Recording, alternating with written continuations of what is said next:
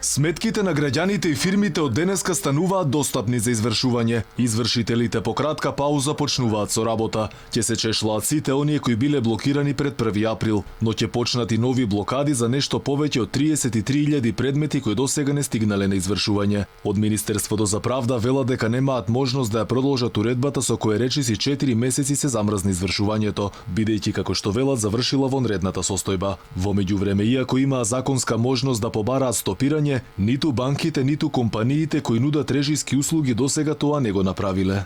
До овој момент такви разговори нема. Согласно уредбата донесена од владата, по истекот на 30 дена од престанувањето на вонредната состојба, продолжува да се преминува законот за извршување на сите отпочнати извршувања, вклучувајќи ги и предметите започнати до 31 март 2020 година.